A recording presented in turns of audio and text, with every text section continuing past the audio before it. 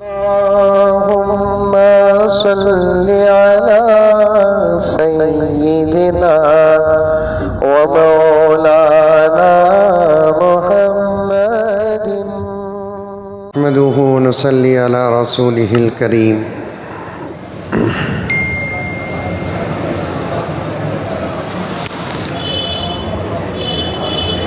اما بعد فاعوذ بالله من الشيطان الرجيم بسم الله الرحمن الرحيم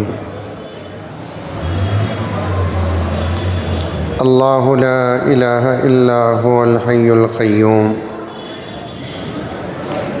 صدق اللہ مولانا العظیم۔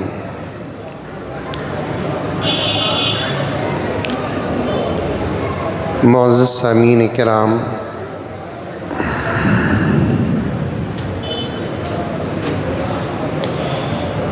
آیت الکرسی کے متعلق بات چل رہی ہے تو ضمن میں ایک عظیم الشان واقعہ ہمارے سامنے آیا۔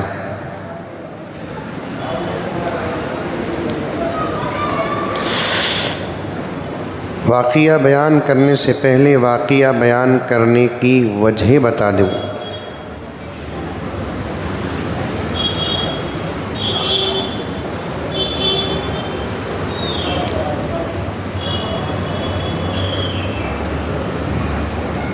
نیک اعمال کرنے کے بعد اس کی حفاظت بہت ضروری ہے۔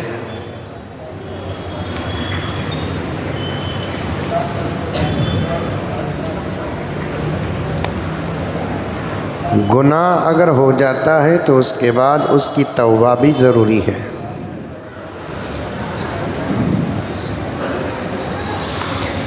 نیک اعمال کے بعد اس کی حفاظت اور گناہوں کے بعد اس سے توبہ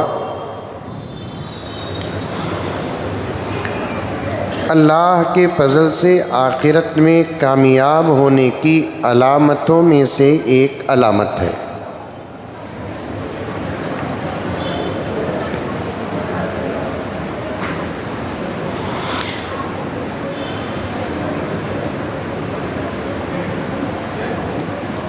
گناہ چاہے ظاہری ہو کہ باطنی، ظاہر میں ہو کہ باطن میں، اس سے بچنے کی پوری کوشش کرنا ہے۔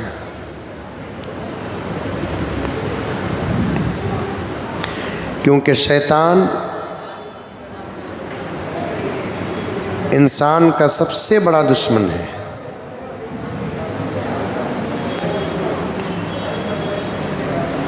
اسی لیے ایک پوائنٹ بتاتا ہوں، سنیے۔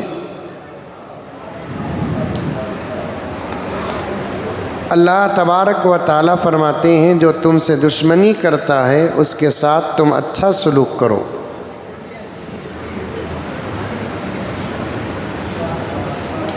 معاف کرو۔ جب ایک بندہ کسی بندے کو معاف کرتا ہے، اللہ رب العزت اس سے بہت خوش ہو جاتی ہیں۔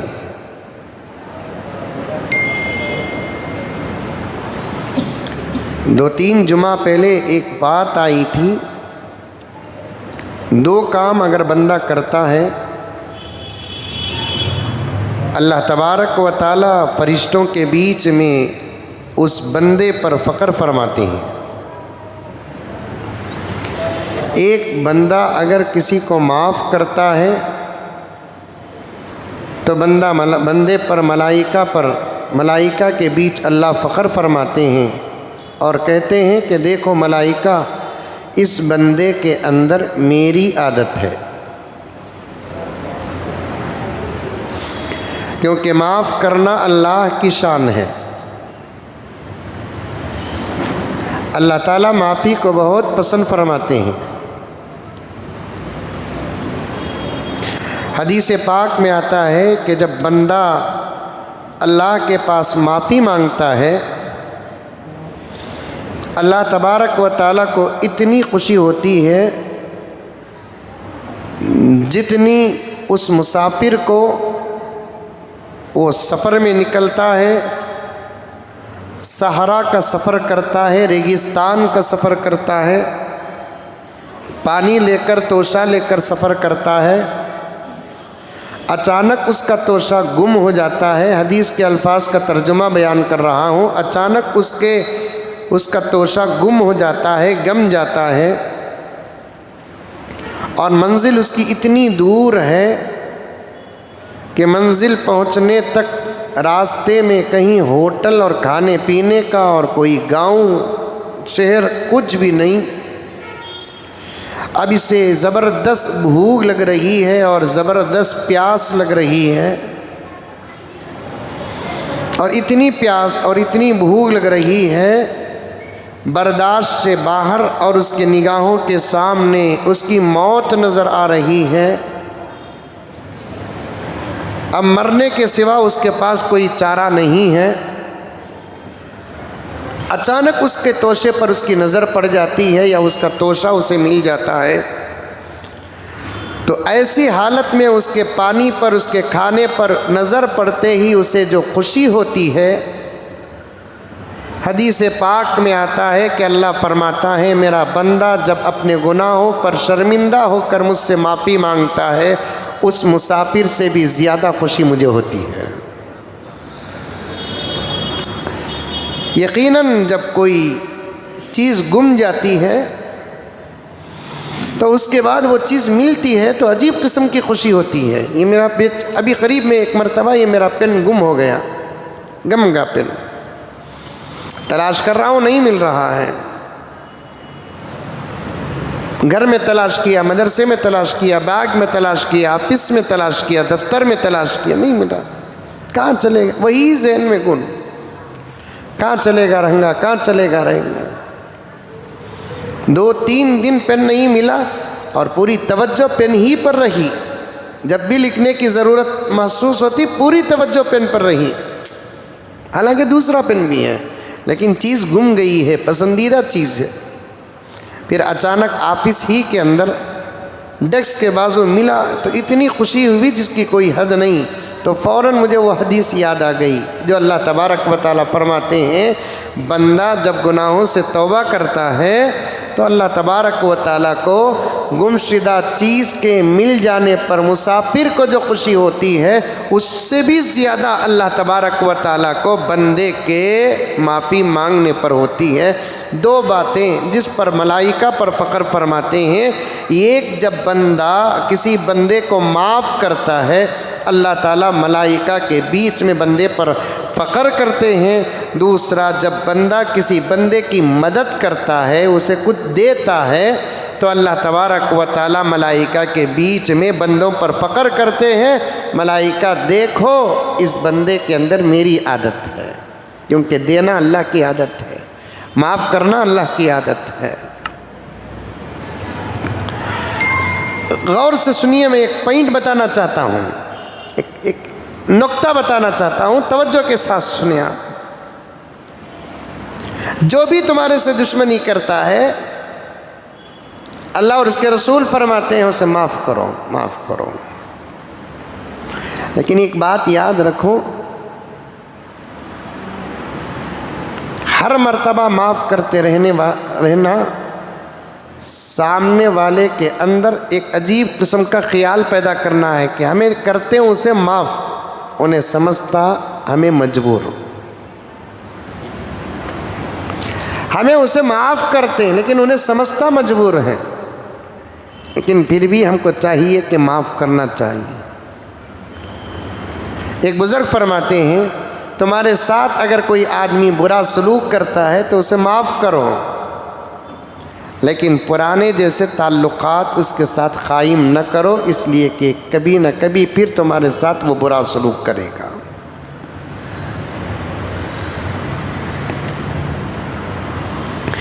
غرض اسلام کہتا ہے جو بھی تمہارے ساتھ دشمنی کرتا ہے اس کے ساتھ تم اچھا سلوک کرو۔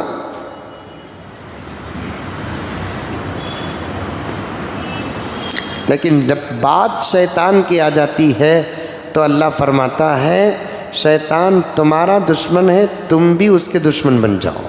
یہاں معافی نہیں، شیطان کو معاف نہیں کر سکتے۔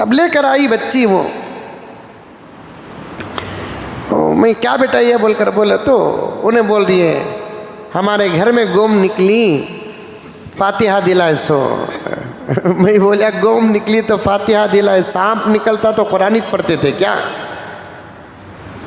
غلط طریقے یہ سب اسلام میں جائز نہیں ہے۔ عقیدے سدھارو، عقیدے، ایمان کی حفاظت کرو۔ میں بارہا کہتا ہوں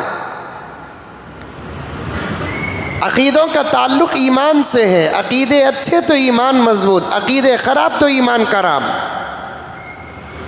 وہ کرو جو قرآن اور حدیث میں ہے، معلوم نہیں تو علماء سے پوچھو، کتابیں پڑھو، بہترین کتاب ہے اردو میں، اگر مدرسوں میں پڑھے نہیں ہیں تو ایک بیسک علم حاصل ہونے کے لیے 2-3 ایسی کتابیں ہیں جن کو اللہ تبارک و تعالیٰ نے بڑی شہرت عطا فرمائی ہے۔ ایک کتاب ہے بہشتی زیور، جس کو حضرت علامہ شاہ اشرف علی تھانوی رحمۃ اللہ علیہ لکھے ہیں۔ اس میں ایمانیات بھی ہیں، عقائد بھی ہیں، مسائل بھی ہیں، فضائل بھی ہیں، ازدواجی زندگی، شادی شدہ زندگی، گھر کے کام کاج، رشتے نبھانے، یہ تمام باتیں حضرت تھانوی رحمۃ اللہ علیہ نے ایک معرکۃ الآراء کتاب لکھی ہے۔ آپ اس کتابوں کو پڑھو، اس کے اندر معلوم ہو جائے گا۔ عقیدے اگر خراب ہوں گے ایمان خراب ہو جائے گا۔ مسلمان عقیدوں میں بڑا کمزور ہے، ایمان کی ذرا بھی فکر نہیں، ایمان کی ذرا بھی فکر نہیں ہے۔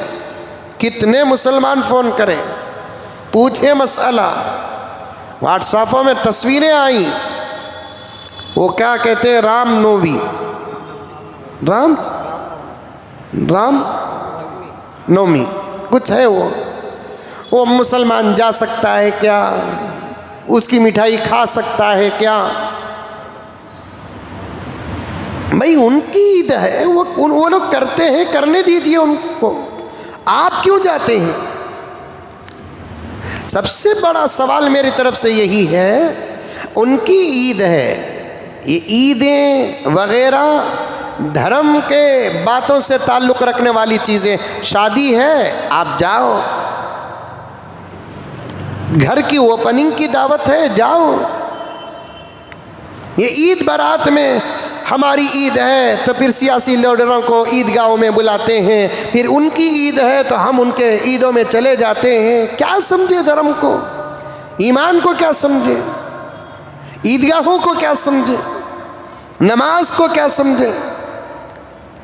عید آ رہی ہے، تماشا دیکھیں گے آپ، خطیب کا بیان چھوٹا ہوتا ہے، وہاں آنے والے C M, M L A, M P, councillor, ان کی گفتگو بڑی لمبی ہوتی ہے۔ عید ہمارے دھرم کی چیز، عید ان کے دھرم کی چیز۔ بھائی تمہاری عید تم کو مبارک، ہم کو ہماری عید مبارک، جانے کی ضرورت کیا ہے؟ اور بھی مسائل ہیں جس پر عمل کریں گے تو اتحاد قائم ہو سکتا ہے۔ ان کے عیدوں میں جانے سے یا ہمارے عیدوں میں بلانے ہی سے اتحاد قائم ہوگا کیا؟ صفوں میں کھڑا کر دیتے ہیں، عجیب ظلم۔ جاتے ہیں ان کے تہواروں میں جاتے ہیں، وہ ہمارے تہواروں میں آتے ہیں، ان کا دھرم کیا کہتا ہے؟ سوامی اور پنڈت کہیں گے کہ کوئی ہندو بھائی مسلمان کے عید الفطر کی نماز میں جاتا ہے تو ان کا سوامی کیا کہتا ہے؟ وہ صحیح کہتا ہے، جانا ہے کہ نہیں جانا ہے، یہ آستھا ہے، یہ ہمارا دھرم ہے۔ اب ہمارے لیے مسئلہ کیا ہے؟ ہم غیروں کی عیدوں میں شریک ہو نہیں سکتے، صاف صاف بات ہے۔ وہ ان کی پوجا پاٹ ہے، وہ اپنے دائرے کا کام ہے، ہم کو وہاں جانے کی ضرورت نہیں، اور ان کے پوجاؤں میں شریک ہونے کی ضرورت نہیں ہے۔ شریک ہونے کی ضرورت کیا، شریک ہونا ہی نہیں ہے۔ جاہل ہیں وہ لوگ جو پورے پوجا میں شریک بھی ہوتے ہیں اور یہ سوچتے ہیں کہ ہمارا ایمان سلامت ہے۔ پاگل ہے، پاگل۔ توبہ کرنا، پھر سے نکاح پڑھانا، پھر سے کلمہ پڑھنا ہے، مسئلہ ہے مسئلہ۔ میری باتیں تو آج کل آپ لوگ مانتے نہیں، اللہ بہتر جانتا ہے کیا ہے، اللہ بہتر جانتا ہے۔ آپ فتاوے بڑے بڑے مدارس سے، بڑے بڑے علماء کرام سے بلائیں، منگوائیے، یہی جواب آئے گا جو یہ عاجز کہہ رہا ہے۔ نہیں، ہمارے دل میں وہ بات نہیں ہے۔ تمہارے دل میں کیا ہے وہ اللہ تعالیٰ دیکھتا ہے، لیکن فتویٰ دل دیکھ کر دیا نہیں جاتا، فتویٰ ظاہر دیکھ کر دیا جاتا ہے۔ جاہلوں کان کھول کر سنو، میں آپ کو نہیں، ان لوگوں کو کہتا ہوں جو ایمان کی قدر اور احتیاط کے بغیر ایسے سب مسائل میں جمع ہو جاتے ہیں۔ نہیں ہوتا۔ فتویٰ جو دیا جاتا ہے دل دیکھ کر دیا نہیں جاتا، فتویٰ جو دیا جاتا ہے وہ ظاہر دیکھ کر دیا جاتا ہے۔ سوال دیکھ کر فتویٰ دیں گے، ظاہر دیکھ کر فتویٰ دیں گے۔ حکم جو لگے گا وہ ظاہر دیکھ کر حکم لگتا ہے، سوال دیکھ کر حکم لگتا ہے۔ قاضی کو حقیقت دیکھنا پڑے گا اور مفتی کو ظاہر دیکھنا پڑے گا۔ پھر جتنے علماء کرام ان باتوں کا ذکر کیے ہیں جن سے ایمان برباد ہوتا ہے، وہ تمام فقہاء کرام نادان تھے، بے وقوف تھے، احمق تھے، جو یہ نہیں لکھ سکے کہ جو چاہے کرو، تمہارے دل میں اگر ایمان باقی ہے تو ان اعمال کا تمہارے ایمان پر اثر نہیں پڑتا۔ یہ لکھنے والے بڑے بڑے فقہاء نعوذ باللہ من ذالک بے وقوف تھے۔ یہی تو بات آ رہی ہے۔ یہ امام ابو حنیفہ، یہ امام شافعی، یہ امام مالک، یہ امام احمد بن حنبل، جو صاف صاف لکھا ہے یہ کرنے سے ایمان چلا جاتا ہے، یہ کرنے سے ایمان چلا جاتا ہے، یہ کرنے سے ایمان چلا جاتا ہے۔ انشاءاللہ تعالی آپ مجھے یاد دلائیے، میں بتاؤں گا آپ لوگوں کو۔ وہ کتاب ہے کلمات کفر، اور فارسی میں یہ کتاب ہے مالا بدہ من، اس کے آخر میں ان باتوں کو جمع کیا ہے جن کے کرنے اور جن کے بولنے سے ایمان ٹوٹ جاتا ہے۔ دل کیا ہے وہ اللہ کے پاس جب جائیں گے تو جواب دے لینا۔ دنیا کے اندر فتویٰ چلتا ہے، دنیا کے اندر فتویٰ چلتا ہے، وہ باتیں، وہ کلمات، وہ کام جس کے کرنے سے ایمان غارت ہو جاتا ہے، جمع کیے ہیں حضرات علماء کرام۔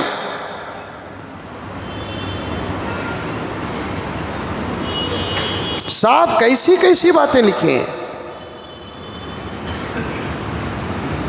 لیکن آج ذرا بھی فکر نہیں۔ اور یہ مرض جو ہے، یہ بیماری جو ہے نا، میں صاف صاف کہتا ہوں، دو لوگوں کے پاس، دو قسم کے لوگوں کے پاس ہے۔ ایک سیاسی لوگوں کے پاس ہے، ایک مالداروں کے پاس ہے۔ زیادہ سیاسی لوگوں کے پاس ہے، زیادہ سیاسی لوگوں کے پاس ہے۔ یہ دنیا کیا ہے میرے دوستو؟ آخرت اصل ہے ہمارے لیے، آخرت اصل۔ وہاں کی فکر کرنا، یہاں کی نہیں۔ اصل عزت وہاں کی، یہاں کی نہیں۔ یہاں اچھے لوگوں کو بھی گالیاں دی جائیں گی، اچھے لوگوں کو بھی مارا جائے گا۔ جس کو گالی دیتے ہیں انہیں ذلیل ہو، حقیقت میں ضروری نہیں۔ جس کو مارتے ہیں انہیں گنہگار ہو، حقیقت میں ضروری نہیں۔ اگر مار کھانے والا ذلیل اور گنہگار یہ قانون ہوتا تو پھر امام ابو حنیفہ بھی مار کھائے ہیں، حضرت بلال بھی مار کھائے ہیں، امام ابو حنیفہ کا جنازہ جیل سے اٹھا ہے، امام احمد بن حنبل کے تو واقعے اتنے ایسا واقعہ امام احمد بن حنبل کا آتا ہے، اللہ اکبر کبیرہ، دونوں ہاتھ باندھ کر شہر کے بیچوں بیچ، صرف نیچے ایک لنگی، اوپر کپڑے تک نہیں، زبردست طاقتور جلاد، ہزاروں کوڑے لگائے حضرت احمد بن حنبل کو۔ کیا الیاذ باللہ احمد بن حنبل ذلیل ہے، گنہگار ہے؟ یہاں کی عزت، یہاں کی ذلت کا کوئی اعتبار نہیں۔ مریں گے تو تب پتہ چلے گا دنیا کے کتنے ذلیل اللہ کے نگاہوں میں عزیز ہوں گے اور دنیا کے کتنے عزیز اللہ کی نگاہوں میں ذلیل ہوں گے، مرنے کے بعد پتہ چلے گا۔ سامنے والے کو خوش کرنے کے لیے اپنے ایمان کا سودا ہرگز نہ کرو، ہرگز نہ کرو، ہرگز نہ کرو۔ صاف کہو نا صاحب کہ صاحب یہ کام ہم نہیں کر سکتے ہیں، یہ کام ہم نہیں کر سکتے ہیں، صاف کہو نا۔ جب ایمان بچانے کے لیے آپ دنیا کی قربانی دیں گے، اللہ تبارک و تعالیٰ تمہارے اندر دین داخل کر دے گا۔ دین اصل ہے، دنیا اصل نہیں۔ سمجھ میں آ رہی ہے بات میری؟ ارے آ رہی ہے، نہیں آ رہی ہے؟ ایمان کی حفاظت کے لیے دنیا اگر قربان کریں گے، اللہ تعالیٰ دین بھی دیں گے، دنیا بھی دیں گے۔ اگر دنیا کو پانے کے لیے دین کو قربان کریں گے، دین بھی چلا جائے گا، دنیا بھی چلے جائے گی۔ پھر جملہ کہتا ہوں، سنیے، یاد رکھیں آپ، دین کی حفاظت کے لیے جو دنیا قربان کرتا ہے، اللہ اسے دین بھی دیتے ہیں، دنیا بھی دیتے ہیں۔ جو دنیا ہی کو اصل مقصود سمجھ جاتا ہے اور دنیا کی حفاظت کے لیے اور دنیا کو پانے کے لیے دین کی فکر نہیں کرتا، اللہ اس سے دین بھی چھین لیتے ہیں، دنیا بھی چھین لیتے ہیں۔ عقیدے، جو تہوار آتا ہے مسلمان چلے جاتے ہیں۔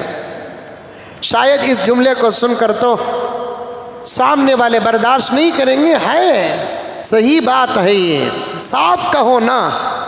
یہ کونسلر حضرات، یہ ایم ایل اے حضرات، یہ ایم پی حضرات، میں ان کے بارے میں اس لیے بولتا ہوں کہ ان کی ایمان کی فکر وہ نہیں کرتے جتنا میں کرتا ہوں۔ یہ میرا فرض ہے، سامنے جا کر بولنے کا مجھے موقع نہیں ملتا، تو یہ راستہ ہے میرے پاس وہاں تک بات پہنچانے کا۔ اور افسوس ہے، جہالت سر چڑھ کر بولتی ہے، ان کو اتنا بھی معلوم نہیں کہ اس عمل کے کرنے کے بعد ان کا ایمان بھی چلا جاتا ہے، نکاح بھی ٹوٹ جاتا ہے، اور پوری زندگی بیوی سمجھ کر زندگی گزارے گا، اس کے ساتھ کا ایک ایک لمحہ زنا میں شامل ہوگا، زنا میں۔ اس بیوی کو دیکھنا جائز نہیں، اس بیوی کو چھونا جائز نہیں، جس کو دیکھنا اور چھونا جائز نہیں، اس سے پیدا ہونے والے بچے پر قیامت تک حرام کا فتویٰ لگے گا۔ ڈرتے نہیں؟ ایسی باتوں سے اگر ڈر پیدا نہیں ہوتا تو سمجھو کہ تمہارا ضمیر مر چکا ہے، تمہارا اندر مر چکا ہے، تمہارا دل مر چکا ہے۔ جب اتنی بھیانک باتیں حرام کی آتی ہیں اور دل کامتا نہیں ہے تو سمجھو کہ اندر کی چیز مر چکی ہے۔ ورنہ میرے دوستو، صحابہ گناہ نہیں کرتے تھے، صحابہ کفر نہیں کرتے تھے۔ حضرت حنظلہ، اللہ اکبر، میدان جہاد میں انتقال ہوا، شہادت پائے، اور شہید کو غسل نہیں دیا جاتا۔ وہ اللہ کے اتنے بڑے عاشق تھے، نبی کے اتنے بڑے عاشق تھے، شہادت کے اتنے بڑے شوقین تھے۔ آج نکاح ہوا، رات گزرتی ہے، غسل سے پہلے اعلان ہوتا ہے، حضرت حنظلہ پیغمبر کے ساتھ میدان جہاد چلے جاتے ہیں۔ غسل واجب تھا، شہید کو غسل نہیں دیتے، لیکن حضرت حنظلہ پر ایک واجب غسل تھا۔ ایک عام شہید ہوتا ہے تو غسل نہیں دیتے، لیکن جس پر غسل واجب ہے تو حضرت حنظلہ پر غسل واجب تھا، لیکن میدان جہاد گئے، بیوی کو چھوڑ کر چلے گئے۔ ودا رخصت، اللہ کے رسول کے نام پر مرنے کے لیے جا رہا ہوں، آ جاؤں تو انشاءاللہ حقوق ادا کریں گے، مر جاؤں تو عدت کے بعد دوسرا راستہ اختیار کر لینا۔ گئے میدان جہاد میں شہید ہو گئے۔ جب ان کی لاش کو اٹھایا گیا تو قسم اللہ کے خون کے ٹپکے بھی گر رہے تھے اور پانی کے تازہ ٹپکے گر رہے تھے پورے جسم سے۔ صحابہ پریشان ہو گئے، حضرت حنظلہ کی بات لے کر سیدھے حضور کے پاس آئے۔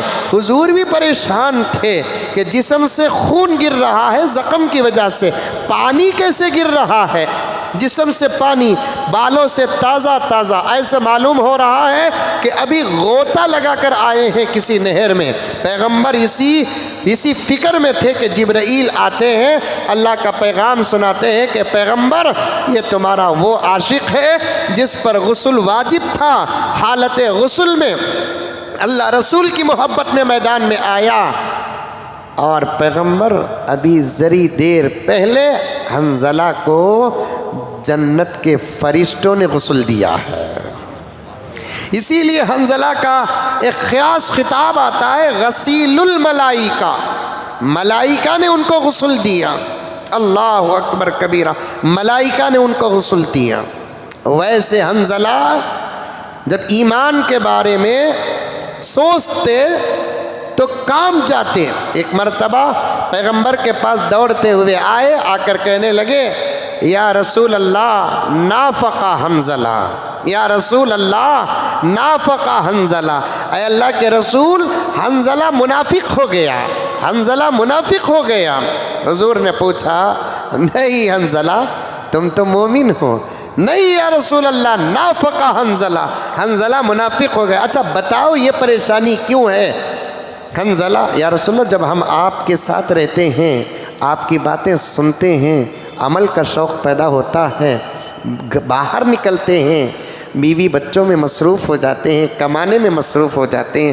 آقا نے پوچھا حنظلہ بیوی سے محبت کرنا بھی دین ہے، بچوں کا حق ادا کرنا بھی دین ہے، تجارت کرنا بھی دین ہے، بزنس کرنا بھی دین ہے، تم تو گناہ نہیں کرتے اور اتنا ڈرتے ہیں۔ صرف اتنی سی بات پر صحابہ ڈرتے تھے۔